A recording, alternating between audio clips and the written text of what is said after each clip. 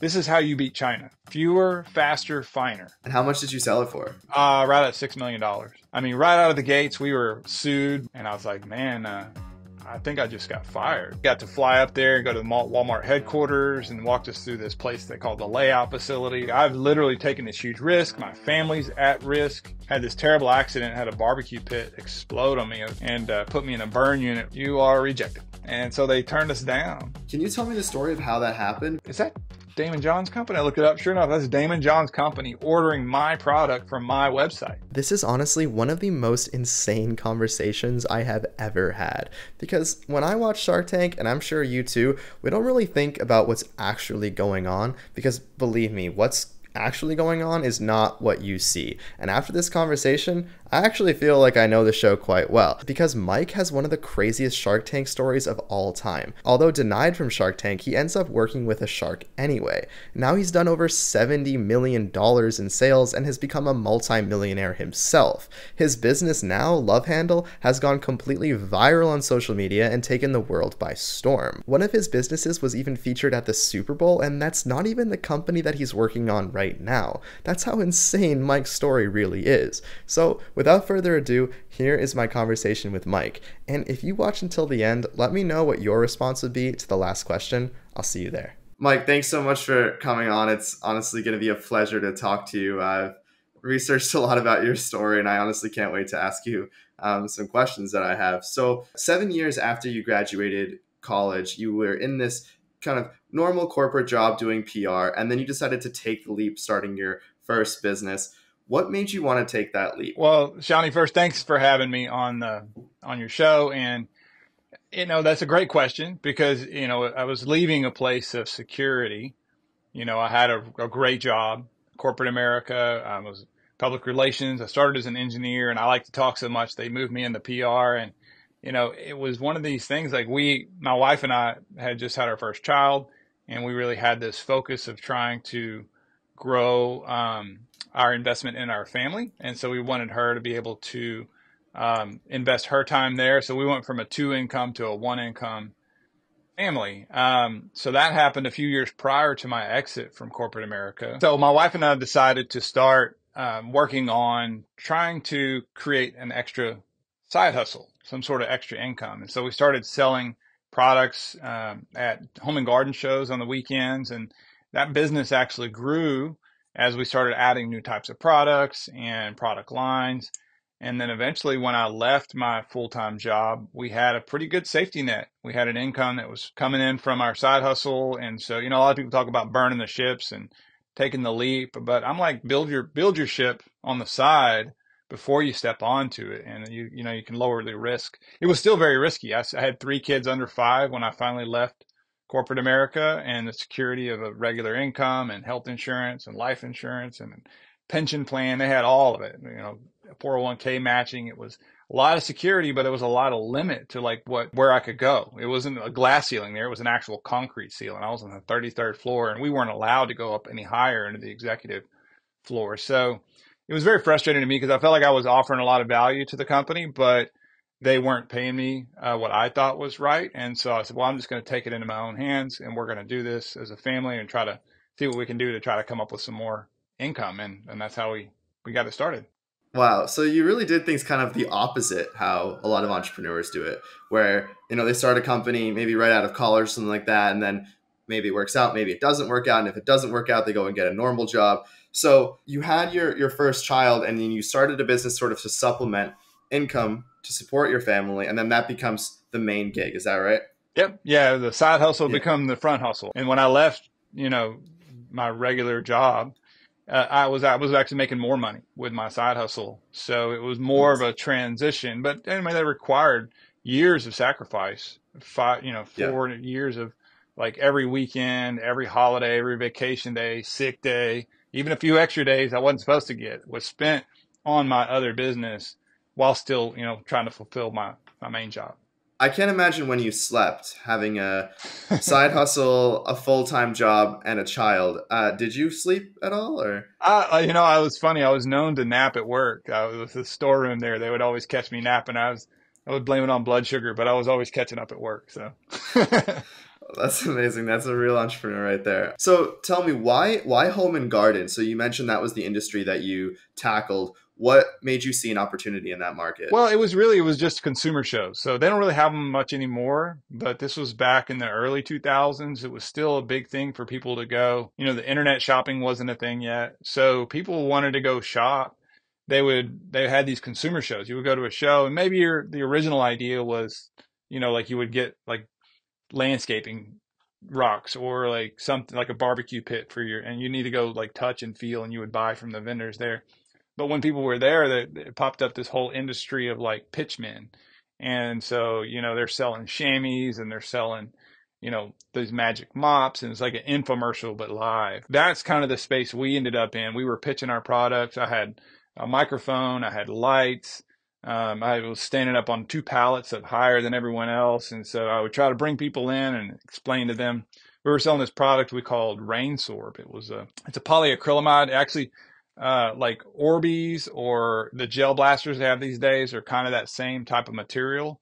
We were kind of OGs in that, and we were selling it to put in your garden plants so that you wouldn't have to water as much and you could make these cool decorations out of it. And so it was very much like Jack and the Beanstalk. I was out there selling magic beans and I would get a crowd and get them hyped up. And then, so I really learned how to sell there too. I think that's one of the skills that is probably the most valuable skill you can get in life, selling, which is tied to communication. And so I would do the pitch and then, you know, hand them over to my wife and she would, you know, run the card or take their cash. And we had, you know, I had a 2-year-old oftentimes underneath the table watching VeggieTale VHS tapes. You know, it was like we were a roadshow family, but that's how we made our extra money and supplemented income. Wow. So can you tell me, I've been a city kid my whole life. Can you tell me what exactly your first product did? Yeah. Yeah. It was, it's polyacrylamide crystals, which is it's a derivative of oil actually, but it's a water absorbing polymer. So you could take a tablespoon of these crystals and put them in a full gallon of water and it would soak up all the water and turn it into a gel,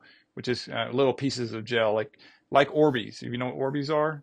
Or, Yeah. or gel blasters, like it would turn them into that. And then you could like add food dye and you could, you know, make these really cool arrangements, glass arrangements with flowers, or they would actually grow plants, or we had a demo where you grow grass right on top of it. And just, you know, so it was like all these wow demos for this product. But really the best use of it was really, beyond decoration, was to mix in your potting soil. So when you water a potted plant, you know, the water like runs right through. This would soak it up and like a sponge, and it would slowly release it back to the plant. So you don't have to water it as often, or maybe you're going out of town. And so we were kind of sold it for all those purposes. Got it. Okay, that's a use case I actually understand, because I always put too much water or too little water, and it's always a mess Yeah, in me my too. plants. So yeah. Got it. Okay, very cool. So you mentioned that your wife was at the show helping you, your child there as well. Do you remember sort of convincing your family, in this case your wife, because your child wasn't very old at the time, that you were going to do this full time? Like, what was that conversation like? Yeah, you know, we had been doing this together, you know, on the side for a while. In fact, it all started when she gave me a book that I highly recommend called Rich Dad, Poor Dad. You may have heard of it. Some of your fans might have heard of it, but it's a great book. It talks about how money works and how passive income really was our goal. And the idea is we would sell these things and we would always be a little slip of paper in there where people could reorder it and they could write a check. And so every day we would go check the mailbox and look for handwritten checks or people were reordering our crystals. We were, like I say, 5 years in, and I ran across this product. We kept looking for new products to bring on, and I ran across this really great product, and the guy was calling it the 1-2 trim at the time. And the number 1, the number 2, TRIM, 1-2 trim. It's a guy from Nicaragua originally, but he lived in New Orleans, and he had invented a weed eater head for cutting grass that would go on any trimmer. But because of its design, the line would last a long time. It wouldn't break off. And so he had this demo he did in the booth where he would like grind the weed eater on a chain link fence and it just like, whoa, and the line would never break off. And I saw him do that. And remember very vividly, I was at a trade show here in Houston, Texas, where I'm from. And I had 6 different booths of different products. At that point, we had added hand-carved wooden airplanes and cars, motorcycles we were selling. We had like these flower vases. We had the Rainsorb, the crystals, and then I had this yard art. We were selling tons of this, little butterflies and dragonflies on a stick. So I had all these little booths around, and but I walked past that one. I was like, man, that's a really cool product. I needed it for myself. That very morning, I had fought with my own weed eater, and the line had tangled up, and it was breaking off all the time. So it was very frustrating. And this guy had invented something that fixed the problem. And so I started talking to him and figured out that he was looking for somebody to take over because he barely spoke English. I speak Spanish. So we were able to talk to him and work things out, made a business arrangement pretty quickly that I would license his patents from him, but we just had to work out all the details. So it feels like a long story, but it's a great story because 2 weeks later we had another show. I invited him to come back again and set up in the booth next to me because I had an extra booth space. So, and then maybe while you're here, we can work out all the details. Well, that day was a Friday, and I was actually out of vacation, and I was supposed to be at work. When the show opened at 2:00, I just finished setting up, and I was down under the table, and I stood up right when the show opened, and here walks my boss from my corporate job with a camera, snaps a photo of me, and says, "I've seen everything I need to see," and turned around and walked out. And I just like, it's like, wow. So I turned to Orlando, was the guy's name, and I was like, man, I think I just got fired. And he, not without missing a beat, looked at me because, well, I guess we better make a deal. Oh, that's amazing. That's a good story. Wow. So, okay, but it's not over yet though, because you still have to. Like we kind of hammered out all the details and we shook on it. They tried to call me back in the next week for work, and I'm like, I thought I fired, and they're like, no, like we're just gonna give you a raise. We need you to stop your side hustles because we just need you to focus here. I was like, well, you're gonna have to pay me a lot more. Anyway, a bit of negotiation, and over that period of time, my wife and I had gotten very comfortable with the idea that we were leaving. I was going to leave the job and we're going to take the risk. We're like, we're young. If we fail, at least, we've got plenty of time to recover. We feel like we've got some income coming in already. And so, we had kind of made the mental decision that we were going to leave. And, then they tried to re-recruit me. And at that point, my heart was already in it. I'm like, yeah, no, I'm starting my real company. And the reason, there's a lot to cover here, but the reason that it was so important to make a deal with him is because he had intellectual property. So he had a patent. Every other product I'd sold was a commodity item. So like I would do a show and I would show up and it would, big buzz around it, money flying, and everybody sees that. And the next show that comes up in Austin or whatever the next week, somebody went and found the supplier and they've got the same product right across from me. And so it's this constant cycle of fighting against commodities. And so we wanted something we could control, something that had a patent tied to it. And so that's why this was so attractive. So that's how it happened. It was scary for sure, but it was a mutual decision for us as a family. And we went and stepped in faith and it really worked out quite well. Wow. So you're able to license the product, but do you eventually get sort of full ownership of it? What was that process like from meeting him to then, getting ownership or part ownership in it? Yeah. So the way this license works, there's different types of license you can get, but the only type I signed, I didn't know at the time, it is an exclusive license, right? So that just means that he invents the product, right? Let's say you invent a product, Shani, and you got a patent for it. I can license that from you exclusively to where I'm now the only one that gets to make the product. You can't even make it, right? Like I'm the only one that can make it, but you get a percentage of everything I sell forever until the patent expires. And so that's what we did with him. He didn't own any of our company, but he did get what ended up being a lot of money. He made millions over the life of that company, just in royalty checks that show up every 3 months, every quarter in the mailbox. Meeting him, the decision to go all in on this at the time made you millions. That's fascinating. But the 6 other businesses kind of had to be put on the back burner when you went in on this. How long did it take you before you went full time on this? Yeah, great question. It took a little while. We ran the side hustles there for about, I want to say 6 months or so. And then eventually it felt like a distraction. So one of my customers, who was also a friend of mine, for that other business, he bought the whole business from me. I sold him the whole business for my side hustle. So all the little products that we had going all under one umbrella called Ideal Gifts. And I sold him the Ideal Gifts company. It wasn't a ton of money, less than the cost of a brand new car, but he took that plus the cost of the inventory, and then he went and ran that business for many years to come. That allowed us to then refocus on starting what would become Pivotrim, Pivotrim, in case anybody wants to look it up. It's still a very popular product out there and sold at Home Depot and Lowe's. But we grew that company. We ended up in the infomercial space. We got Walmart straight away.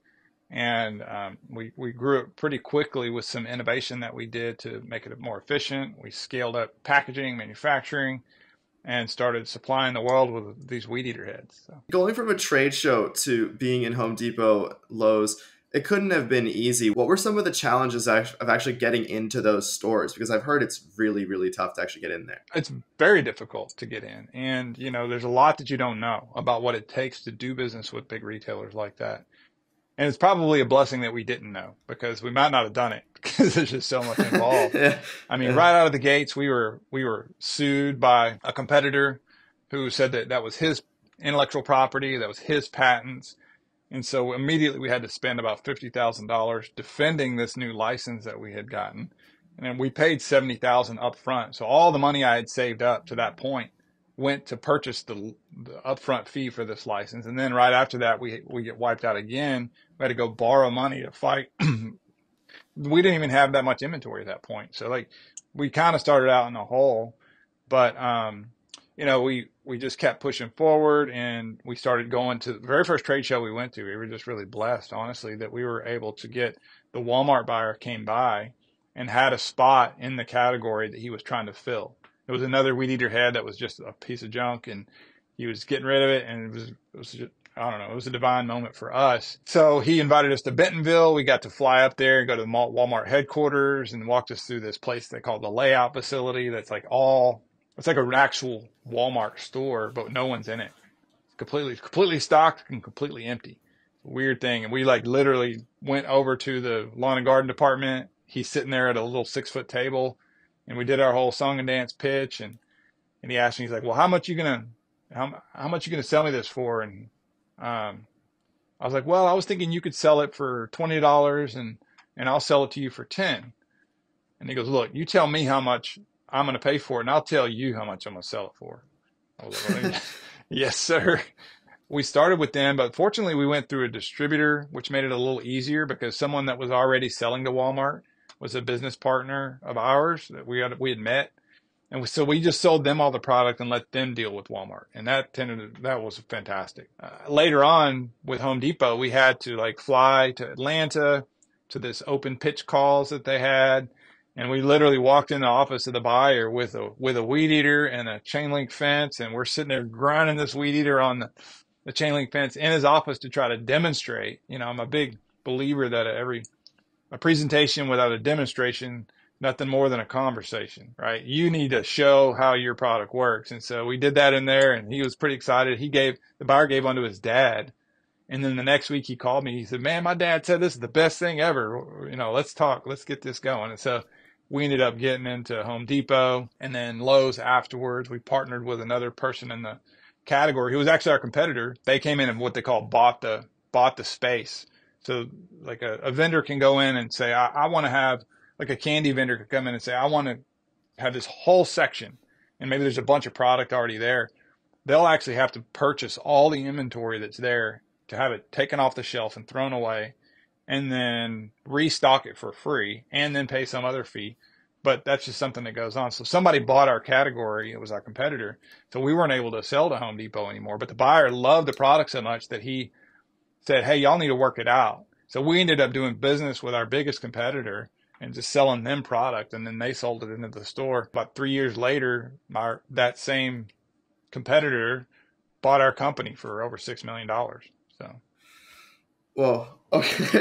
There's a lot to break down. I just want to go from the most recent back, because my first question is, why couldn't Home Depot sell your product anymore? What exactly happened? So our competitor came in, they wrote a check for $10 million to own the category for 3 years. So aftermarket weed eater heads. Oh, you can do that? You can just buy that's a thing? I didn't know that. Yeah. Wow.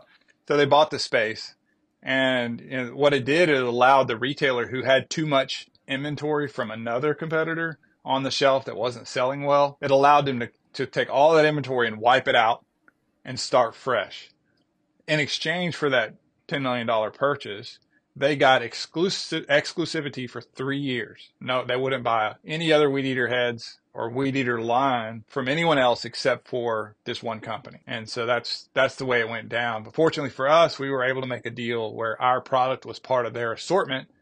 So we would sell it to them, and then they would turn around and sell it to Home Depot. Yeah, because what about previous contracts? So say you enter into a 3-year contract with Home Depot and someone decides to buy, all the shelves for that category. Wouldn't they theoretically have to kind of buy you out to do that?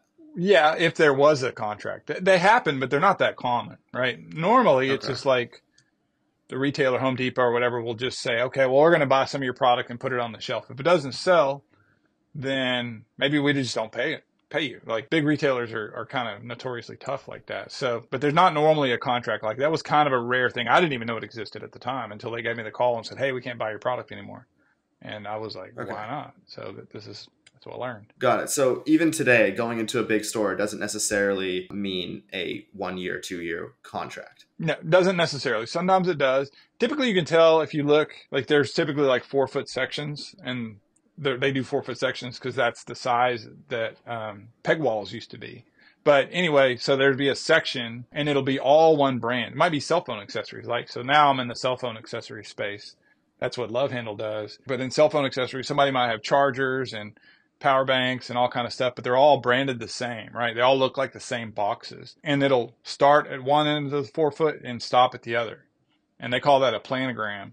And so they'll have the planogram laid out with all the different products that they offer there. That's typically, and they'll make a deal, like they'll pay slotting fees is what they call it to get their product in there. And then the retailer will then hopefully be successful with that. If not, they'll wipe all of the stuff out and bring in a new vendor to do the whole section, because they're playing in commodities mostly, because chargers and power banks and stuff are just commodities anyway. I see. Okay. So going from the beginning now, so you meet the buyer for Walmart. So this guy's job is to go around trade shows in this case and find products to put into Walmart, right? Is that what he does full time? Mm-hmm. Yeah. So not just source them, but then also work with the vendor to make sure they do on time shipments. And he negotiates with the vendor for pricing, discounts, and advertising support, and where things are going to be, how deep they're going to be. Like, are they going to have 6 pieces or 12 pieces on the shelf? And he'll forecast like demand and figure out, like, because they're trying to optimize their turns is what they call them. The turn is how quickly your product takes to sell. So if you've got 6 units in there, you don't have to sell as much to turn through all 6. But if you put 12, you better sell twice as much to hit the same turn. I see. Say you didn't meet this gentleman at the trade show. What would be the steps to get in touch with someone like that? Because I imagine that he's going through hundreds of products and choosing one. So it seems like, because nowadays, I mean, trade shows still happen. They're not as popular, but it seems extremely difficult to just work with brands now. Just extremely difficult. So what would you have done if you hadn't met him at the trade show? Well, yeah, back then you have a lot of options. You can just try to contact them directly, and that's just being an entrepreneur is about being scrappy, right? Like just not taking no as an answer ever. And you just try to find a way. So like try to figure out, like I have used this tactic before, right? You can figure out, let's say on today, let's put it in modern, LinkedIn didn't exist back then, but we're not back then, we're here, right? So today if I couldn't get into a retailer that I wanted to get into, I would go to LinkedIn and I might get a subscription to where I can search a little better. They're like an employer searches you can do on there, and you can find the people you're looking for. And once you have their name, now you can figure out how to email them. The email is not going to be listed on their profile, but let's say your last name was Jones, right? So I'd go shani.jones@walmart.com, sjones@walmart.com, s.jones@walmart.com. And I'd send it to all of them, right? Until I finally got through, and I would be sending them like, hey, I have a very exciting product. All I want to do is send you some samples and a little bit of information. You don't want to miss out on this exciting deal. Here's a link to a video that went viral on TikTok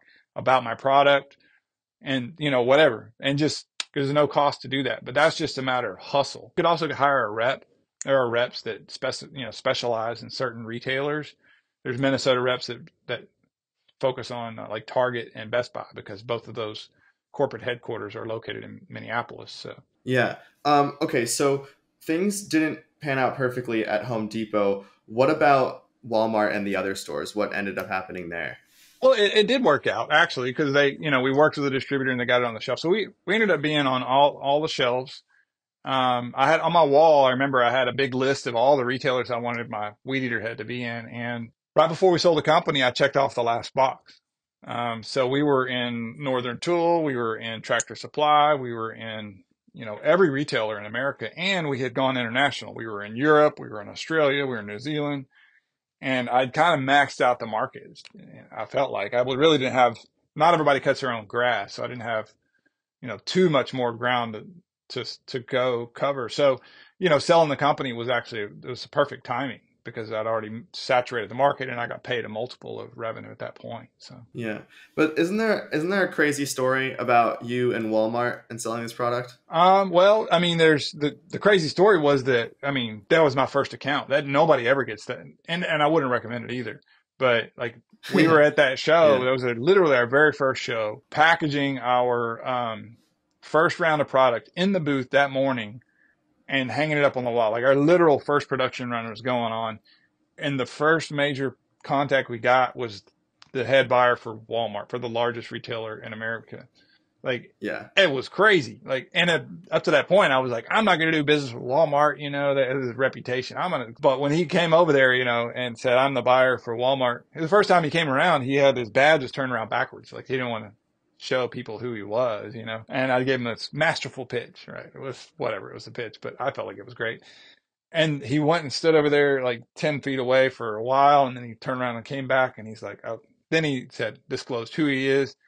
I'd like to bring you out to Bentonville and consider bringing this product in. I think it's pretty good. Once I got up off the floor, I was like shaking his hand. I was like, yes, sir. Yes, sir. Yeah, we're so excited to come out there. So, and it ended up, they put us in all stores straight away, and that doesn't happen either. The problem, they couldn't keep it in stock. It was so popular that they weren't able to keep it in stock. And because we had just launched an infomercial campaign, so I didn't know how to do infomercials either. And they don't do much of those anymore, but back then it was a big deal, get your product on TV.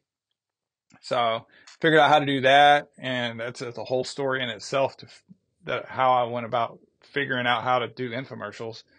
But that was starting to run, and so it was really driving a lot of demand. So sales were good, and everything was good. Yeah. Well, during the patent fight, was the product still on the shelves at Walmart and Home Depot and the other places during that time? Yeah, it was all happening simultaneously, but yes. Uh-huh. So how did you maintain your focus on selling and also fighting that patent? Like, were you kind of hands off and letting the lawyers deal with it, or like, how did you balance your time? Because it couldn't have been easy. Well, yeah, it was more of an emotional struggle and financial. I mean, the lawyers did the semantics and the fighting back and forth, but we were getting updates on a regular, and for me, it was more of like managing the emotions of it, right? Because it's a very personal fight. Someone like, I've literally taken this huge risk. My family's at risk.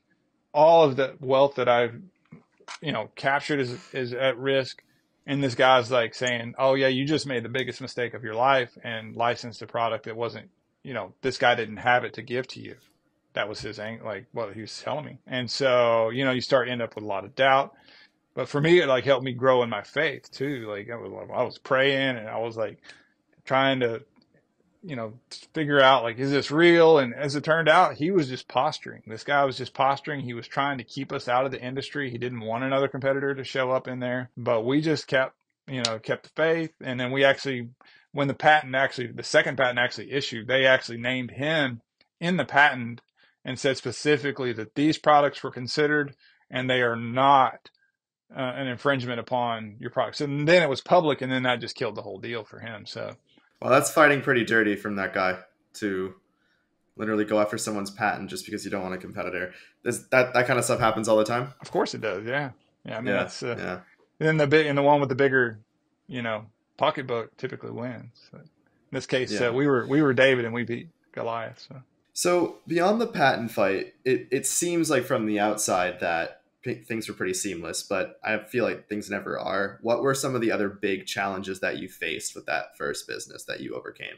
I think quality was a big thing that was a problem for us. We launched into Lowe's, and Lowe's wanted something different than Home Depot and Walmart had. And so we made a new design that was a weed eater head, but it wasn't circular. It had 3 points that came out, and 3 point head. The problem was that when we ran our first big production run to load into all Lowe's stores, they cheapened up some of the material. We didn't know about it, and we didn't find out about it until it was already stocked in all the stores and was just about to go live in stores. And the quality team started running samples, and they started hitting it on a pole, which is a test that they do for weed eater heads for public safety. And they were breaking and big chunks were flying out. We ended up having to recall everything. So like pull it back off of the shelf. And the problem with that, Lowe's has now all allocated this space on the shelf for our product. Now there's nothing to sell there, so they can't make any money. Their employees have to go in and pull it off the shelf and go throw it in the dumpster. So they charge you for that. They charge you for every day it's not in stock. They're not going to pay you for it, of course. And we've got to scramble around and try to remake all this product and get it back into the stores. And you only get one shot at a first impression either. So like it ended up costing us $450,000 to fix this problem. And it was a huge hit. I mean, and we just had to have the money, and fortunately we did, but we didn't have much more than that. So basically it wiped us back to zero. And so we learned real quickly about quality control, particularly out of China, that you have to you can't trust them. Like you got to just do your own due diligence and start small. Like there's no risk in starting small. We always try to take on too much too fast, it felt like in hindsight. So that was one of the big challenges that we faced. Yeah, the design for Walmart did not break though, right? That Correct. one was okay. It was just when you did the redesign. Yes. Okay.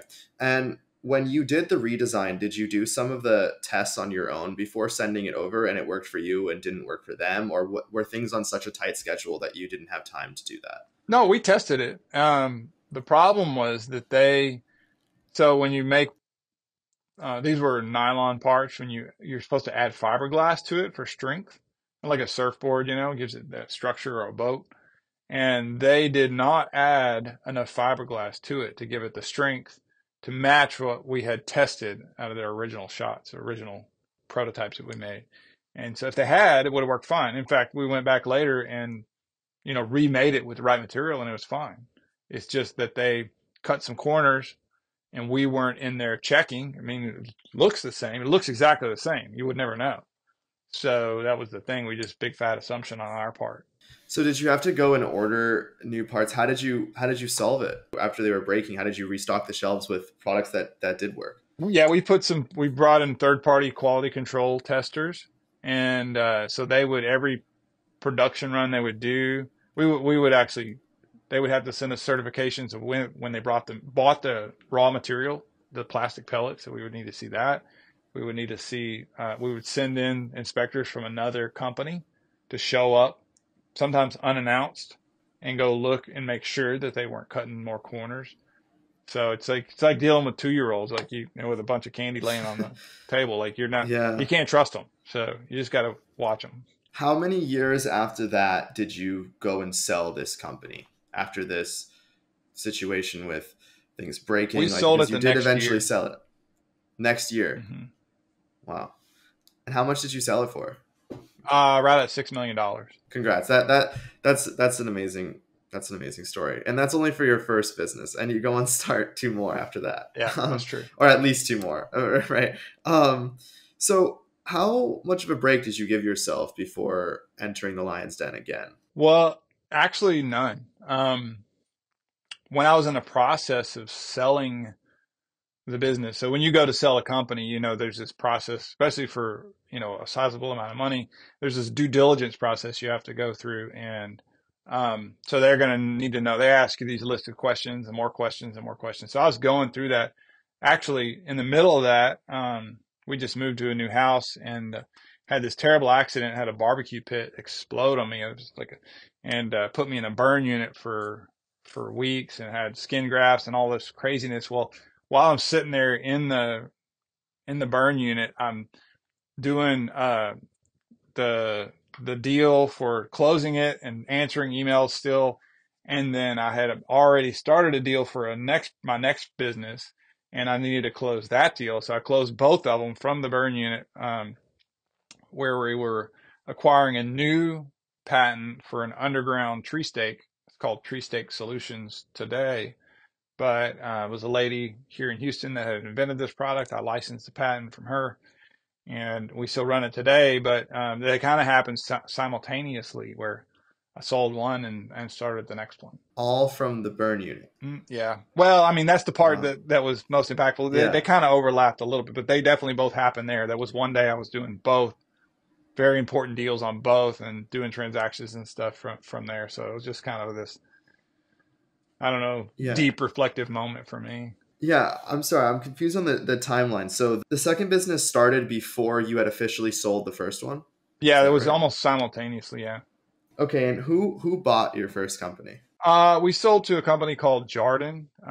They own a bunch of consumer brands now. They've been acquired, even forget what they're called now, but they own like Rubbermaid, and they make the U.S. Penny. They're a big deal. They make all kinds of products, like K2 skis, and I forget all the. They make matchsticks. They make playing cards, ball, glass, jars, all kinds of stuff. What was that process like to get acquired? Did they approach you? Did you approach them? Well, they were our customer, and I had, I just gone through that painful deal for Lowe's, and also, like I told you earlier, we checked off all the accounts that we wanted to sell, get our product into as like personal goals. I didn't feel like there was much more upside. The TV wasn't working as well for infomercials. We weren't making as much money on infomercials. I felt like we were in a risky spot. Like I feel like we were topped out. And they needed us. They needed our product because it was like the differentiator. Because everything else they sold was like commodities. Like Trimmerline is Trimmerline, right? Like it's not that much different. But we were a weed eater head. It was like as seen on TV product. They brought a little bit of excitement to the portfolio. And our contract with them was also about to end. So we were going to go from being partners back to being competitors, which probably would have been worse for me than for them because they're way bigger than me. And so I probably would have been in a situation where I wasn't going to be able to get back into retail either. So I pitched the idea. It's like, well, how about you guys can keep the product line in your assortment, and you could do it by just buying my company. And they're like, well, maybe. And so next thing you know, they're like, well, how much do you want for it? I'm like, I literally picked a number out of the air. I said, $6 million. And they're like, okay, well, we'll get back to you and let you know. I came back and said, okay, yeah, we'll do it. I was like, all right, really? Cool. Yeah. So like, well, in retrospect, I should have asked for more money, but that was a mistake. I was a little too quick Well, to name a number. were you surprised that they were willing to buy it? Like, I didn't know. I mean, I just shot my shot, and when we went through the process that their acquisition team was almost annoyed because it was so small. Like they're like, this is the smallest acquisition we've ever done. Like normally they're acquiring companies for 50 to 100 million.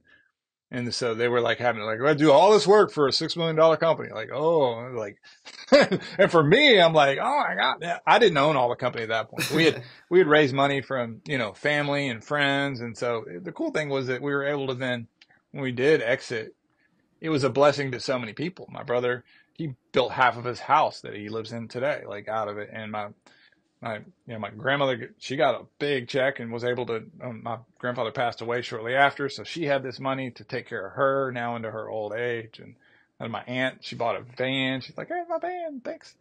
Anyway, so it was just a neat thing to get to do. And then, I just went out and took that money, and the market had crashed for housing right after. So I bought a bunch of foreclosures and short sale rental houses in my area, and then remodeled them and put them up for rent. So I had this sort of passive income.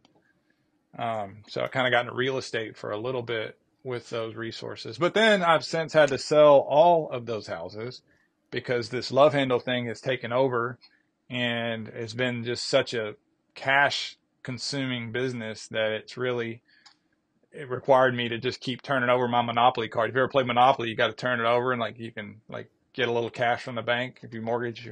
I've had to do that with all of mine, turn all my cards over. I'm all in. Like all my chips are in the middle again, all of them here. But you know, it's fine. It's starting to turn the corner. We'll be in business 10 years this coming May, and we're growing quickly. We're becoming like not a household name yet, but we're getting there, and so it's pretty exciting. You're bringing up LoveHandle, and I want to ask you, when you search up your company, something amazing kind of pops up that you worked with Daymond John. Can you tell me the story of how that happened? Because it's a crazy one. Yeah, you've probably seen Shark Tank before, and so when Shark Tank first came out, I was very enamored. I loved the show. I was like, oh man, I want to be on that show. Like I want to take my product. I'm going to go pitch it to the sharks on Shark Tank. And so we did that. We actually, we had started LoveHandle, and my father and I were working 50-50 on it. We were in Las Vegas at the Consumer Electronics Show, the big CES show. And they had an open call for casting there. And so I went and got in line at 4 a.m. to make sure I got my spot. And then we went in and pitched later that day. We got a wristband and we went and pitched the producers, not the sharks. You pitch the producers, your product and your energy and all this stuff. And then they actually put us through. They're like, okay, you're through. I was like, great. What is that? So when do we go on air? And they're like, well, there's a couple more levels of auditions you got to get through. So the next one was like a written interview. Was a written application. It was like 70 pages you had to fill out in blue ink. So remember, because it took me forever. And they're asking you every kind of question you could think, including, do you know any of the sharks? Have you ever done a deal with one of the sharks? And all the stuff. What's your revenue? Tell us about your patents. You had to fill all this out and then make a video. You had to turn in a video. It was like a 5-minute video about you. And of course, we're like trying to be infomercial style. Hey, it's Mike and Dave from LoveHandle. And so we did all that and turned it all in. And it took them a little while. They finally got back to us and they're like, no, you are rejected. And so they turned us down. And I was really crushed. I was like, cause I was pretty confident. I was like, man, we got a cool product, got a cool name, but they said no. And then a year goes by and I was like, maybe we didn't have enough revenue or whatever. So they had the same open call edition at the next CES show we went to. I went in there and pitched it again and they're like, yeah, you're through to the next round. I was like, yeah. Next one, I was like, we did a better video. We had more revenue. We had broke $1 million in sales at that point. And I was like, oh, check it. We've done $1 million. They're really going to, Mr. Wonderful is not going to take me behind the barn and shoot me like he does for everybody. Like he's going to be impressed. So this is going to work. And then they gave us a call and they're like, hey, this is, so-and-so producer from Shark Tank. You didn't make it through. Sorry. I was like, oh man, they don't give you no explanation. In retrospect, I think it's probably that, like, because I licensed the products, I wasn't the guy in the workshop with the whittling it all out of an old piece of wood or something. I'm just a business guy. Okay, fine. So it's not much of a story, right? If you think about it, it's a TV show. But how did I get a deal with a shark? So what I did is I just stayed in the weeds and kept working. Well, one day, our website, I saw an order come through for a company that was ordering a bunch of my product. The name of the company was the Shark Group. I was like, well, is that Daymond John's company? I looked it up. Sure enough, that's Daymond John's company ordering my product from my website. I was like, wow, that's really cool. Now I have his phone number. So I immediately picked up the phone and called the Shark Group in New York City and right there next to Times Square. I called him and a wonderful lady by the name of Simone answered the phone and she's like, Shark Group. And I was like, hi, this is Mike Watts from LoveHandle. And, I know you guys just placed an order with us for a bunch of LoveHandles. We really appreciate that. I'm a big fan of Shark Tank and a big fan of Daymond John. And I just wonder if I could talk to him. And she's like, oh, you want to talk to Daymond? I was like, yeah, yeah. She goes, absolutely not. You're not going to talk to him. What are you, crazy?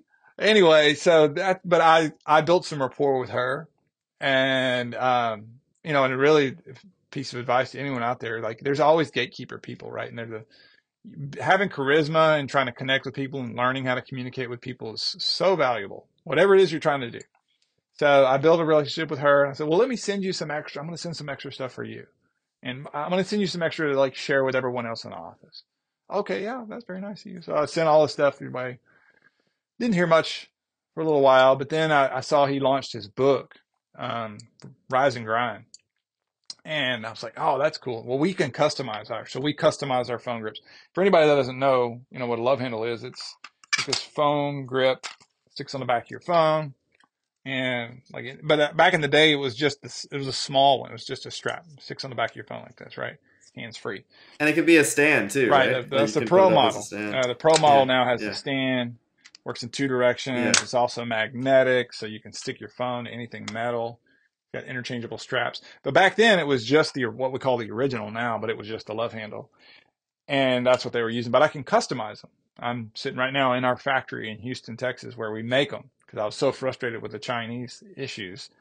I decided I'm going to be the manufacturer now, and nobody's going to shortchange me. So I customized some that said Rise and Grind.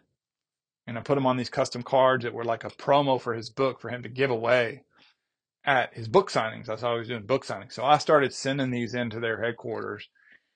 And of course, they send them over to the event, and then he's passing these things out at the event. And then he's like, where did these come from? He's like, oh, this guy. And he was already using the product. The reason they bought it is because he got one. Even now, he doesn't remember, but like he said, I either got it at a trade show, or I kept sending samples to the set of Shark Tank. And they told us not to do that, but I'm not much of a listener. I'm more of like ask forgiveness and permission. So I just kept doing it. Yeah. And he got one on his phone, and it's the type of thing like wheels in a suitcase. Once you use it, like you never want to go back. So he was using it, and he uses his phone all day long creating content. And so he wanted them for his whole team. I started doing this. And then, I made some that said the Shark Group for him to give away to his clients, and on and on and on.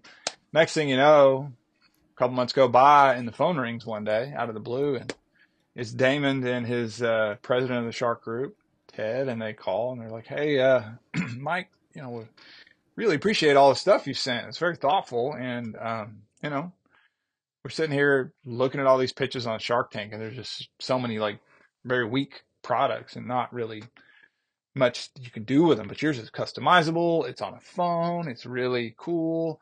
I think that there's some potential here. So let's see if we can work a deal. And so we made a deal where, like a non-cash deal. He wasn't really interested in writing me a check, though. That's what I first thought. I was like, oh, I went straight to my pitch. I'm like, oh yeah, well, I think our evaluation is this. He goes, oh, no. Like, let's work a deal where like it's a win-win for everybody. And so we just basically built a partnership where he would help promote us, I would help provide products to them, and it would be a win-win for everybody. And the best thing about it is we became friends. And so now to this day, I'm, close friends with Daymond and his team. I'm constantly sending them. Just a couple of days ago, I was sending them product out to the Super Bowl. They were out in Vegas for the Super Bowl, and they're out there at all these parties, and they'll go in and be passing out LoveHandles as gifts to people that they meet, sometimes customized with their logo, sometimes with my logo. But, it got me a chance to get in the room with a shark. I've learned a lot from him. And then his network is just huge. Like anybody you want access to, he's got their number. And I mean, anyone.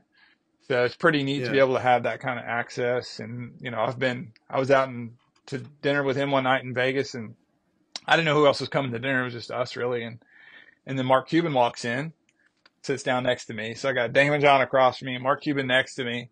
And I'm just sitting here, hanging out with these guys. We all later that night, we end up going to Jamie Foxx's mansion. And, we're in there. Jamie Foxx is there and Wesley Snipes, all these famous actors, and just blowing my mind. But all of that came back from this, hustle and just persistence and vision. Like I knew what I wanted to do. I didn't know how I was going to do it. So in the end, I think, God had a better plan. than me going walking down the aisle of Shark Tank and doing a deal, which would have just been more of like a business transaction type of relationship. But now, like Daymond flies in, we go flounder fishing here. It's a big thing we do here. Like, he loves fishing, so we get to hang out. Or I know his wife, his kids. He knows my kids. Like, it's a cool thing. Yeah, it sounds like it was a blessing that you were denied twice. Yeah, I mean, that's that's right. amazing. What have been some of the things that Daymond has told you that really stuck with you, just like knowledge wise, like things that he told you about business that you hadn't thought about previously? Huh, that's a good question. I don't think anybody's ever asked me that before. Daymond is actually not even, to me, as much. When I'm around him, he's normally just asks a lot of questions. He's a very curious person, so he's constantly asking me. Like, I am now his, quasi trade show expert. If I'm an expert at anything, it's trade shows. And so anytime he has an issue with trade shows or whatever, he calls, or his team will call and ask me. But, I've always quizzed him about, I always just want to know, like, who's the coolest people like you ever met? And, Prince is his answer. Like, he was friends with Prince. And, so that was pretty cool. But as far as business goes, he's just always very focused on the hustle and taking affordable steps. That's this big thing that I talk about all the time. Like, when you start a company, like that $400,000 mistake. And I had another one here at LoveHandle where we had to push $500,000 worth of product in the dump in the first 6 months of us starting the company because the Chinese cut the corners again. I first made it in China and I had to throw it all away. And, burn me twice. That's why I manufacture that stuff here now. But he's like, take affordable steps. Don't try to do too much too fast. But the main thing is to take steps. You got to get off the couch. You can't win the Super Bowl from the sidelines. You got to get on the field. You got to take some hits. You got to fail early, fail often, but learn from your failures and get right back up and get in the game, so that's really the kind of the theme that he's about. He's, always be learning, never stop learning. One of the smartest guys I've ever met in person. And he's the one asking all the questions. And that's how he got that way. And what about doors that he's opened for you? So obviously you've had tons of fun hanging out with Mark Cuban and him Right. and going fishing and whatnot. But what about from a business sense? You said he has a lot of access. Yep. What is an example of a time where he's called someone up and that really kind of helped you? Well, he, the first thing he did is put us, he said, hey, come fly to Tampa and we're going to be on Home Shopping Network in 2 weeks. So we go on air. We have this American Dream segment and I'm on there with Daymond and he's doing this segment of American Dreams when we sold like $100,000 worth of product in like that fast. So that was one thing he did. And then he got me connected with the Good Morning America people that did the Steals and Deals segment. So like sometimes on Good Morning America or the Today Show or other places, they'll have like a deal segment. But you got to know the people, right, that choose the products that are going to be on there. But they can sell a lot of product really fast. So he connected me with them. And so he was able to just through his Rolodex quickly connect me to over double my sales and real fast. So that's a couple of examples.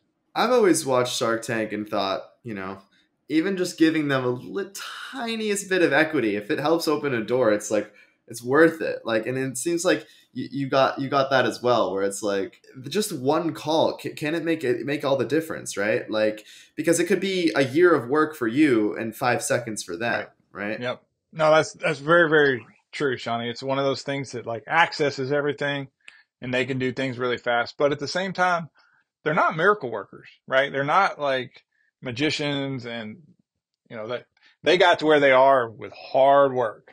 Nobody was handed anything up on that stage. Like everyone there did the work to get there. So that's the advice. They're going to look at you and go, and they say this too. They invest in entrepreneurs, not products. So they're looking for that work ethic, that grind, that grit out of the companies they invest in. So that's what they expect of you. Yeah.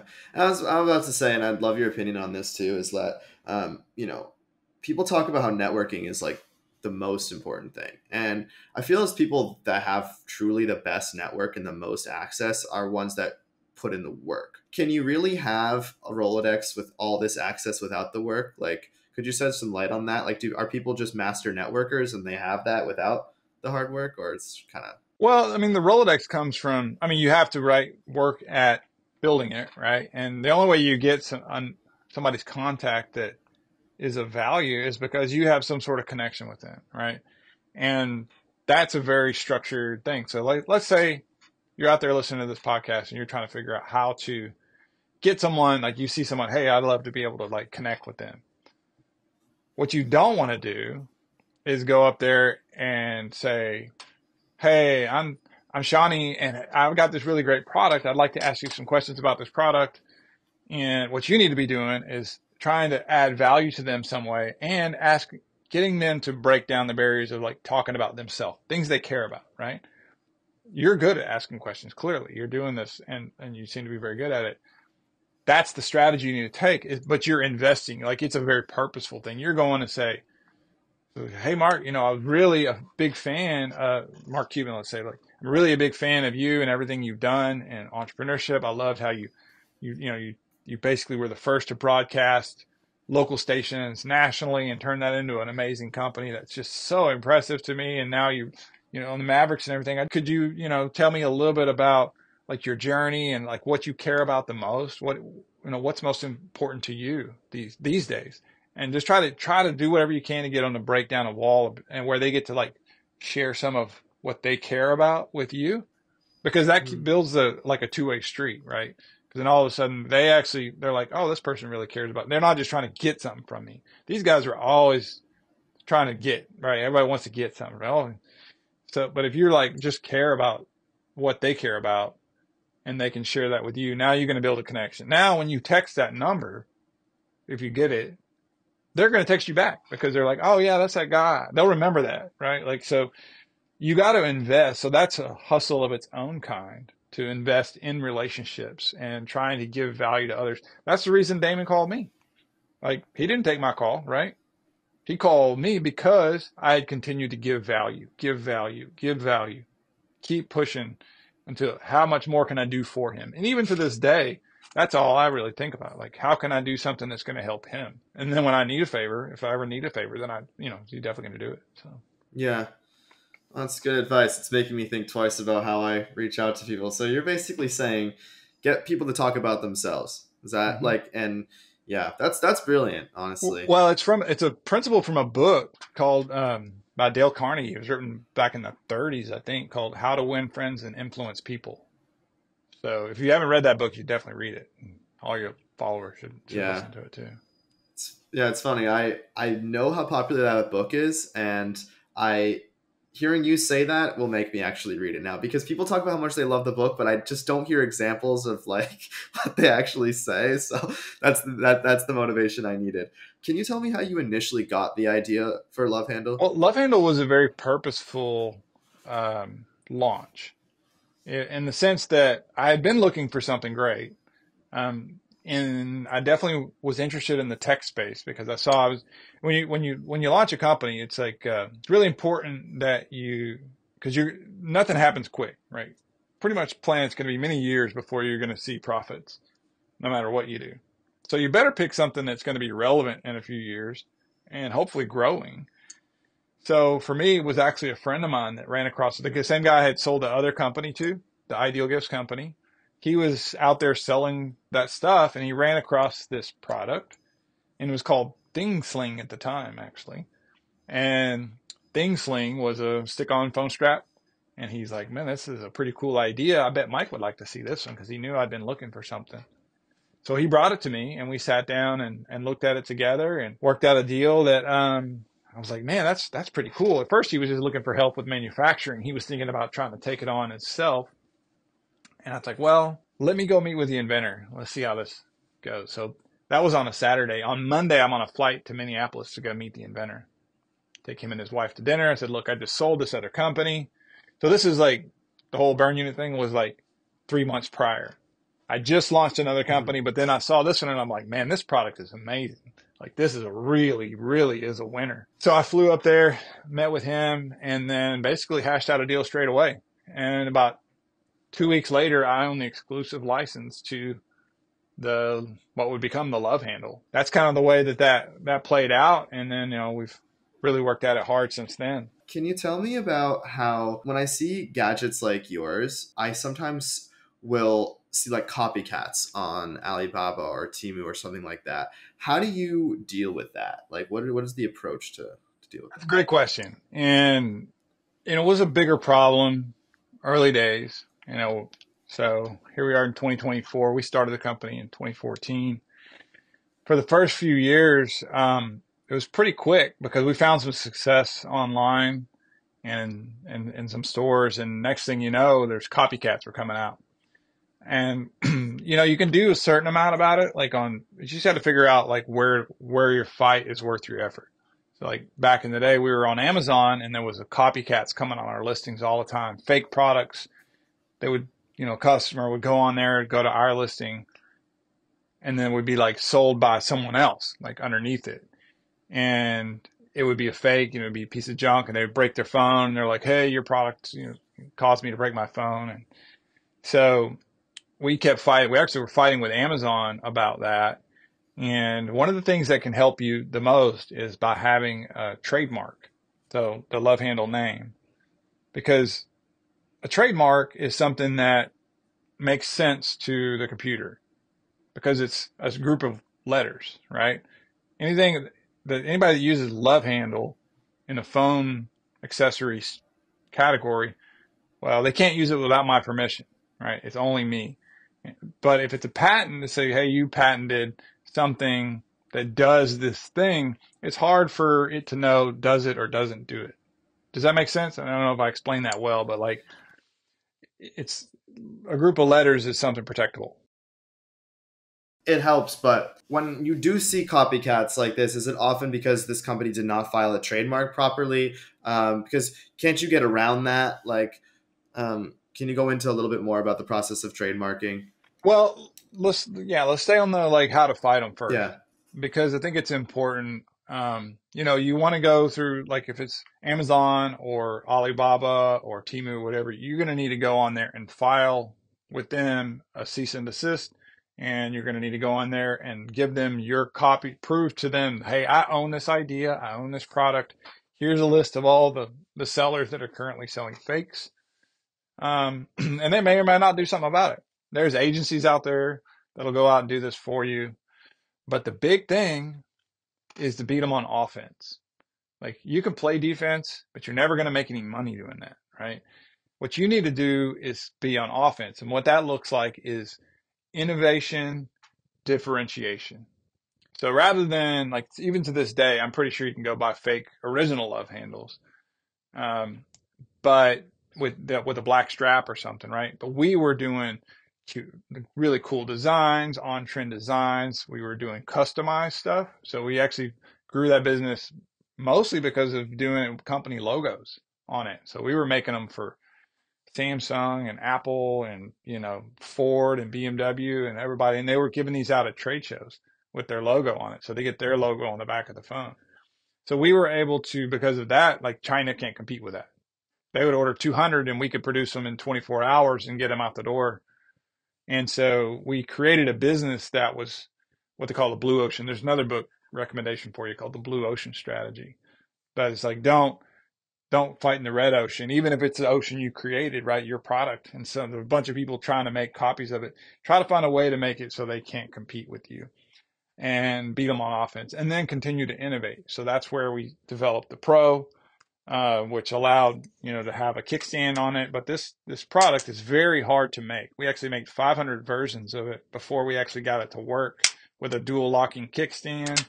But we designed it to work vertically, horizontally, to have interchangeable straps. But this plastic is very, very hard to find. And you have to know exactly how to treat it and use it to make it work well. So it makes it harder for people to copycat it. It's not just like making a little plastic with an elastic strap like the original one was. And then we added the MagSafe. So now you've got your wireless charging. So you can pop it on and off your phone case as well. We've got the branding on there.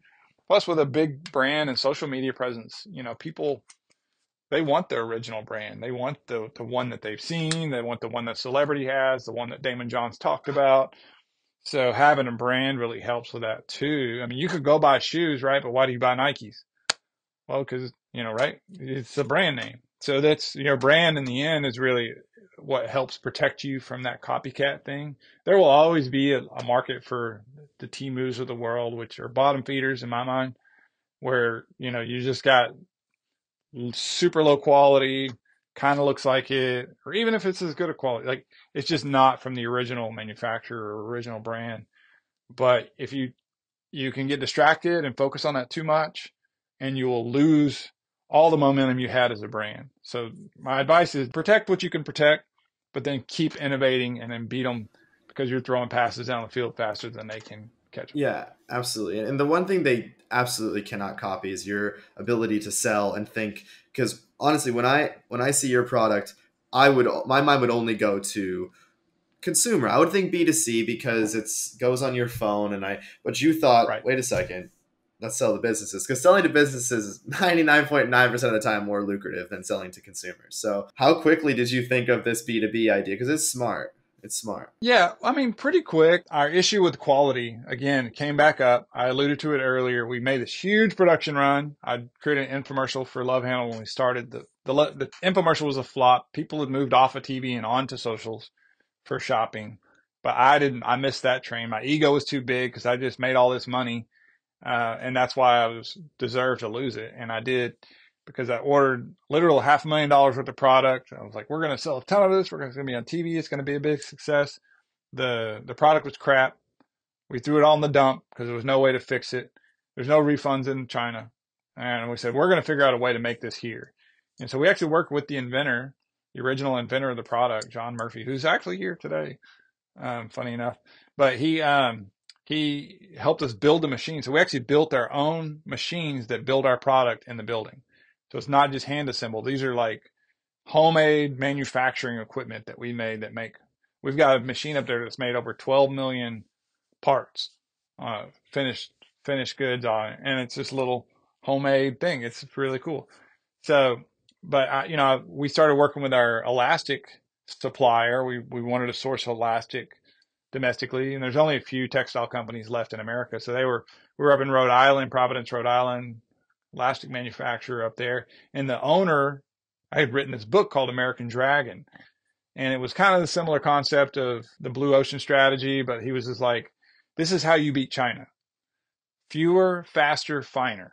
So you do low quantity, fast, and with high quality. China could never compete with fewer, faster, finer. And we're like, okay, well, how do we do that? And then that's what kind of led us into the promotional product space, because people kept asking. They're like, hey, can you put my logo on there? Like, yeah. So then we actually innovated it to where it would like attach to a custom card, because all marketers want to have like more information than just their logo. So we created this sort of promotional product that you can give out at a show on a card. So now it's got a QR code on it and a link, a coupon code, whatever information they want to share. And so it becomes this marketing tool. And we kind of broke into that promotional product space. We had to learn that space. Actually, I had to hire a consultant to help me understand how that happens, how people buy promotional products. It's really through two like marketplaces, Stage and ASI. But anyway, so that's kind of how we got into it. And then we just kept investing in, like, that was our differentiator. At the same time, pop sockets was like white hot.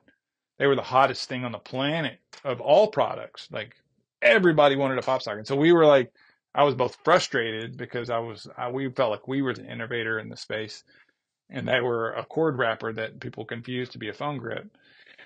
But nonetheless, they were really, killing it out there in the retail space. So even if we got brick and mortar retail, which we did, like Office Depot and a couple places, they kicked our butt so bad at retail that even if I was the buyer, I would have kicked me out. So we got kicked out of everywhere, and they took all the space. And so we really had to pivot and try to find a space we could win.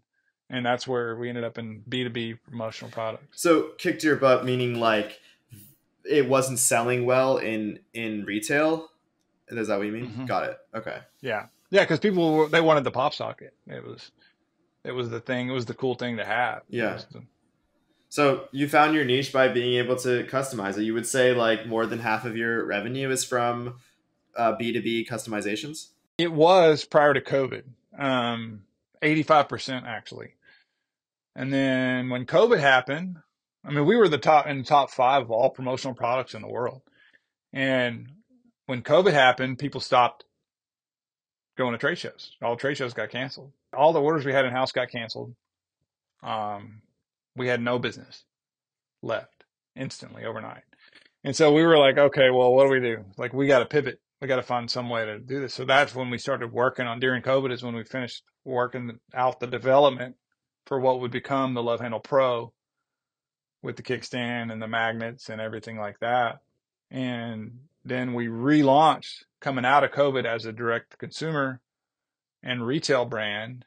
The white hotness of pop sockets was fading, and we saw it as an opportunity to try to take a run at that space. And so that's what we've been doing for the last 4 years or 3 years. And it's been good. We're really catching a lot of momentum now, and it's really perfect because if I'd have got, all the attention early on and actually I didn't have the structure in place to be able to handle that kind of business, and my quality wasn't there. So that wouldn't have been good. And now we've got the most full feature product out there.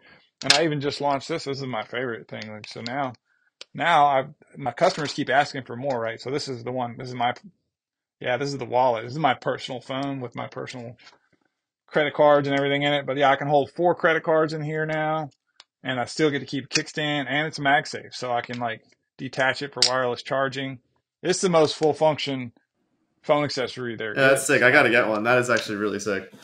Yeah, you'll love it. That is sweet. It's interesting when I hear kind of how the market shifted with COVID. I didn't have a business during COVID. I started making video game tutorials during COVID because I couldn't find a job, and that was just something to do. But it's funny how like just because there's a disaster or whatever, that money moves around. It doesn't just disappear. So it's like people went from going to trade shows to then now people were making TikToks from home at 500% more than they were the previous year. So it's like finding those opportunities. I really, really like hearing that. We kind of glazed past your second business with trees, and can you go into what you innovated in that space? Because it's pretty interesting. You had deals with like Texas A&M and universities, and it's all very interesting. I want to hear from you kind of what that business exactly was. Yeah, well, it's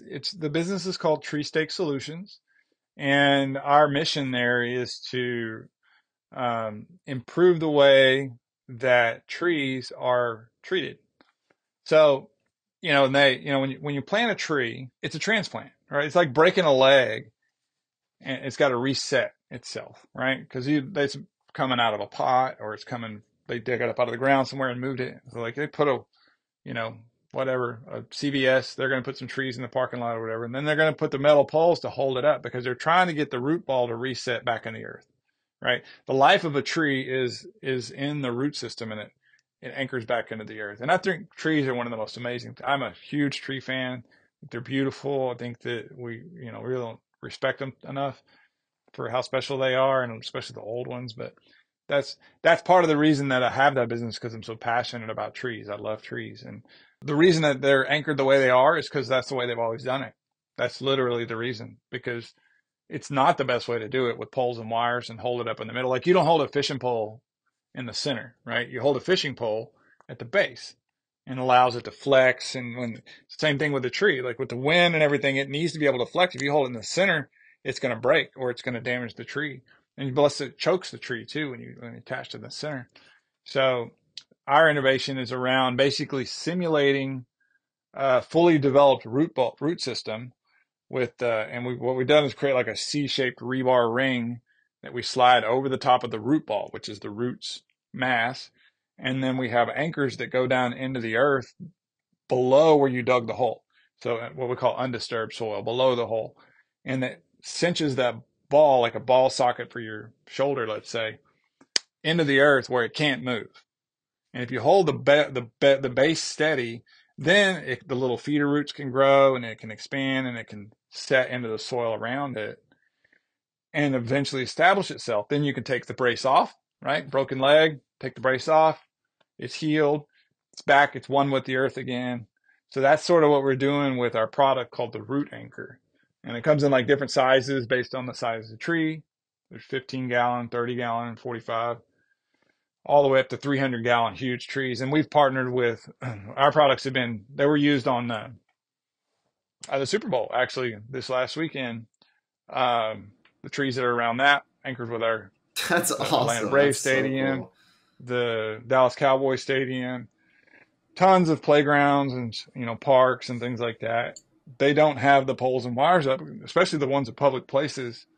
It's really important for the public safety, but there's still so much more market share with that business that is yet, like, most of the world doesn't even know it exists. So Yeah, we're there's a lot of still trees out fighting that there. fight. Yeah, A lot of trees. a lot of Yeah. trees. How did you go and get partnered with these massive universities and football teams? How do you do that? Well, that particular one, they come through landscape architects.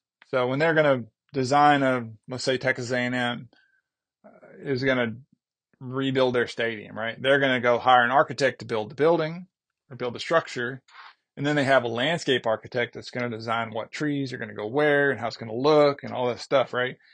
And that architect will then specify, this is the size of tree you're going to plant. This is the type of tree. This is how you're going to plant it. This is how you're going to stabilize it. And so that's the piece we were after. So we started going to these landscape architect shows. There's the ASLA, American Society of Landscape Architects. We went to the TGLSA, like all these different shows, architect shows, and just set up a booth. Again, I have more than 10,000 hours of trade shows. I am a trade show expert. Like, just because I've got so much time in the trenches doing these things. But so we go in, so have a demo, like have brochures, have phone grips with the logo that we're passing out of our own. And so we just go out and try to meet those architects. So the next time they draw a job for a customer, they're going to say, instead of using T-posts and wire, they will write out, use root anchor. Here's the phone number for the company. And so that's sort of the strategy to get your product into those places. Got it. Wow, interesting. So, okay, you say you're a trade show expert. I have a kind of a fun thing to ask you. Okay. So a bit of a business advice for myself. I have the ability to kind of go viral on short form content, especially like on TikTok. I have millions of views. On YouTube, I have millions of views, but I don't have anything to sell. It's not my area of expertise currently to have like a physical product, but I think physical products are really good for short form content, especially like I've seen LoveHandle go viral on TikTok, for example. It's something that you can make a 1-minute video on and convince someone to buy. It's super effective, but I don't have a product. I was thinking of going to a trade show and, maybe making some deals with products that want to be on social media. How would you, if you were me, kind of pitch that? It's a great question. And, don't short sell your value. If you really do have that ability, that's kind of like a superpower. And, brands will be very interested to partner with you on that. So I would basically find a use case like where you already do it. Like, you need to go find a product. Let's say we partnered, right? And you said, okay, well, based on this, I did this podcast with Mike Watts, and then I made this content for him, and look what it did. And then I'll be like, yeah, look at all the sales that I made from Shani's YouTube shorts that he did for us. Like, this is amazing. And you're like, I did that for him and his brand and generated, $300,000 in sales over the 30 days. I'll do this for you too. Here's my card. Like, you need to basically show them the proof. Mm-hmm. And maybe we should actually do what I just said. Yeah. But that's what I would do. You need to be able to prove it to people. You can't just be like, young guy shows up there, I'm a YouTuber and I can make you millions. Like, it's just going to be hard. Yeah, that doesn't seem like that would work. That makes sense. Do you value as a company like exposure versus sales? So I think about this all the time where something can go viral on social media, but the conversion may necessarily not be that high. Right. So do you value exposure? Like, would you care? Let's say you got 10,000 views and one order. Is that really worth anything to you or not so much? Sure. I mean, it's all worth something, right? But you still got to put sales first, because that's what's going to fund the next round, especially if it's, paid advertising. So, you gotta keep the lights on. Branding is going to happen naturally over time. Even sales creates branding too. So, exposure is valuable, no doubt. number of eyeballs. People, they need to see something 7 times before they make a decision. Okay, maybe that's one of those 7. But at the end of the day, you need to be making conversions if you want to keep the lights on. Yeah, makes sense. Okay, some fun questions. Do you remember the first dollar you earned in business? The very first one? Yeah, I was in 7th grade. Wow. And yeah, we were at like a Sam's Club. I don't think it was called that back then. One of the places where you could go buy bulk. I convinced my mom to buy me a whole big thing of blow pops, like with the gum inside the Oh, yeah, yeah, lollipop. yeah, yeah. And they were very popular back in the day, especially the watermelon ones. So I got a whole case of those. I got her to buy it for me, and I said, I'm going to sell these on the bus and make a profit. She probably, planted that idea or whatever. It's been a long time since Yeah. that day. But that's how it happened. That next bus ride, it wasn't a dollar, it was a quarter. But then I got 4 of them, so that would have been the first dollar. So that's That's how it awesome. started for me. Next thing you know, I got to be known as the candy man at school. Then I had expanded into now and laters and chocolates, and I had a backpack had all the candy in it, and people always knew that I had, I had the hookup. So I was the guy, and that was kind of where it started. Okay, so you were essentially born an entrepreneur. I have to ask, are your parents entrepreneurs? Is this genetic? I think so. Yeah. Yeah, they are. Well, I mean, my dad worked at a chemical plant for 25 years. But then, and my mom was cleaning houses. We were very humble. I grew up in a trailer park. Like we started, down there, but, they now own a party rental business that they started before I started any of these companies. Um, Dad got laid off, and then he took it. They gave him a little bit of money when he left, and where a lot of guys took that money and went and bought a car or whatever, he went and bought tables, chairs, and a margarita machine, and started renting them out, and then grew it. And they got some moonwalks, and then got a cotton candy machine, and then they grew that. Now it's a very successful party rental business called Performance Party Rents down in Angleton, Texas, and they do really good. Both my parents now are retired. They do cruises and travel, and my brother, he runs the party rental business, and I run this business. Amazing. That's so cool. Do you remember your first? Well, I assume you remember this, but your very first hire for LoveHandle, actually. So the money starts to come in. What's the first hire you make? So my first hire was a really awesome guy by the name of Jordan. And I was looking for somebody that could help me with graphics. I just was kept fighting with the graphic design for marketing materials and sales flyers and things like that. Plus, in promotional products, we had to customize with the logos. We needed to put somebody to do the layout for the artwork and then go to production. We had to repeat the logo. And I was just not any good at that stuff. So yeah, it turned out to be a great asset, and he was with the company for 6 years, something like 5 or 6 years. He's since started his own marketing agency now. There was a bunch of people that worked for me that have left and started their own companies because I encourage that. Like I try to create a spirit of entrepreneurship and, like try to show people how to, make their dreams a reality.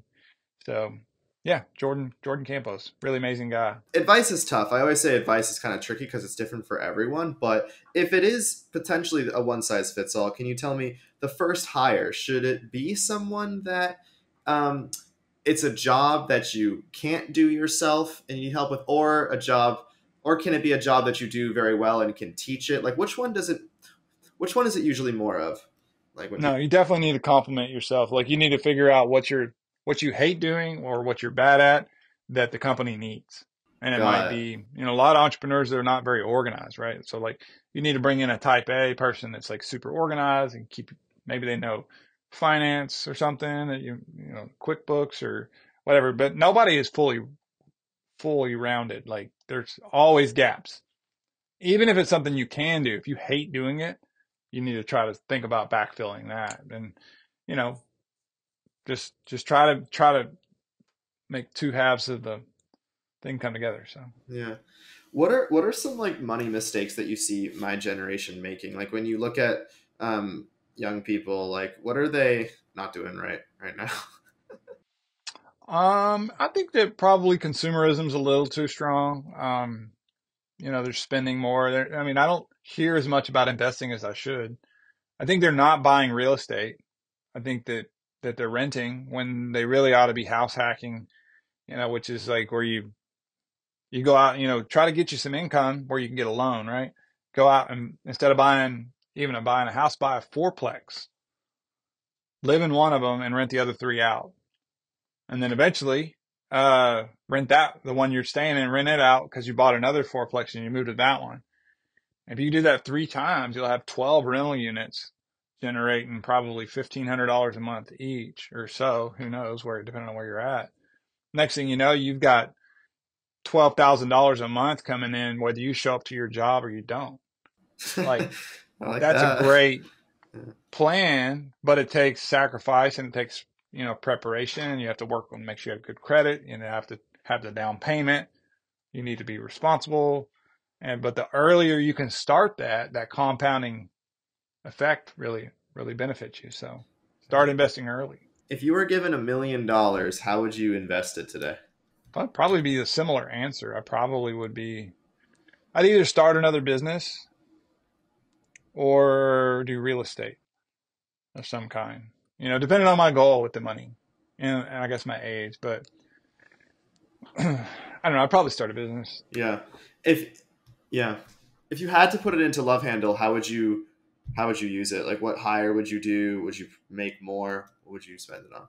I would probably bring in more talent around content creation and, I would do maybe some more partnerships. I might do some licensing too for different brands and do customized licenses, but really it would be about bringing in talent and trying to scale that. I really am lately focused on direct to consumer. I'm like kind of over the brick and mortar retail. Like they're just so problematic and they're struggling to beat Amazon, frankly. So like I just want to be plus I want to know my customer, right? If they bought it at Walmart, how do I know who they are? But if they buy it from my website, they go to lovehandle.com and purchase my product. They're going to have the best selection, probably get the best price.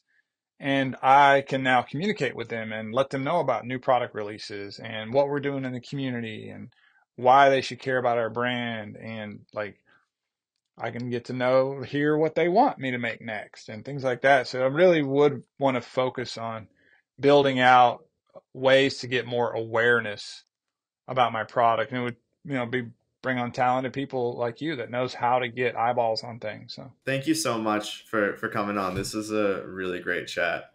I had a lot of fun. Yeah. Well, thanks for having me, Shani. And I hope that you and your followers get a little bit out of it. And I appreciate the opportunity to share a bit of my story. Yeah. Everyone watching this, go check out LoveHandle. I'm going to buy one. No joke. I'm going to buy one. Well, they can use code Shani. Yes. 10 for let's level it up. Shani 20 for 20% off. Okay. LoveHandle.com. We'll do it for the year 2024. So thank you, Mike. I appreciate that. I hope you found our conversation with Mike Watts as insightful as I did. If you enjoyed it, please consider leaving a review on Spotify. For those who are watching on YouTube, a like or a comment would be immensely appreciated. If you are a content creator or just want to be one, check out our first episode where we dive into the journey of a YouTuber with 5 million subscribers, uncovering the secrets behind making millions on YouTube. I'll see you there.